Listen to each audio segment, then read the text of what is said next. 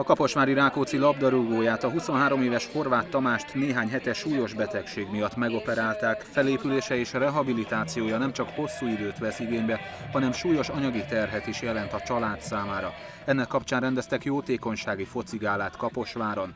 A résztvevő csapatok között ott volt az élsportolók válogatottja, a parlament válogatott és a magyar színész válogatott is. Az volt a minimum, hogy rögtön elkezdtünk szervezkedni mi is, hogy hogyan tudnánk még jobban segíteni, nem csak a meccsel, hanem van olyan lehetőség, ami az ő egész rehabilitációját elősegíti. Én nagyon sok pozitív példát tudok mondani, amikor azt látom, hogy ha igazán nagy baj van, akkor képesek vagyunk összekapaszkodni. A mindennapokat csináljuk rosszul, valahogy azt érzem. Az élsportolók válogatottját egy olimpiai bajnok is erősítette. Sok cserénk nem lesz a két mérkőzésre, de azt gondolom, hogy a lelkesedés annál nagyobb lesz. Rendszerességben azt mondhatom, hogy egy évben egy olyan 5 és 10 közötti alkalommal össze tudunk futni egy ilyen baráti mérkőzésekre, jótékonysági gálákra.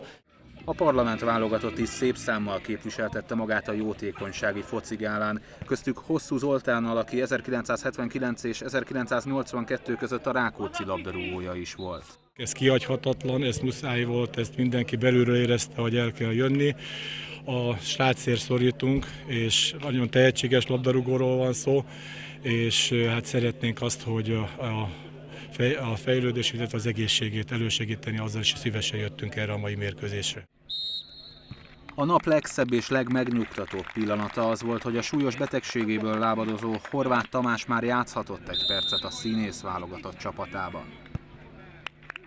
Egyre többször sikerül túljutnunk a bajon összefogással.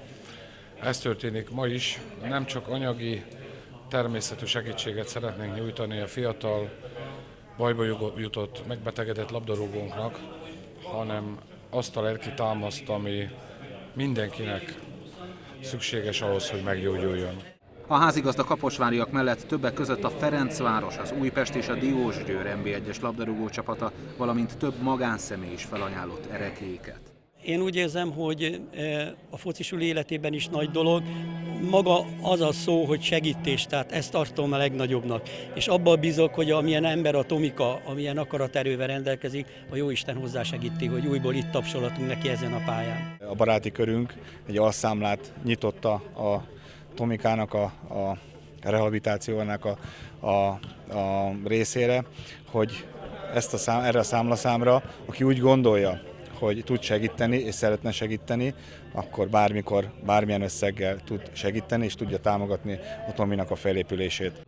Az erekék között egy Hristo Stoichkov aláírásával ellátott Barcelona mezre is lehet licitálni szeptember végéig.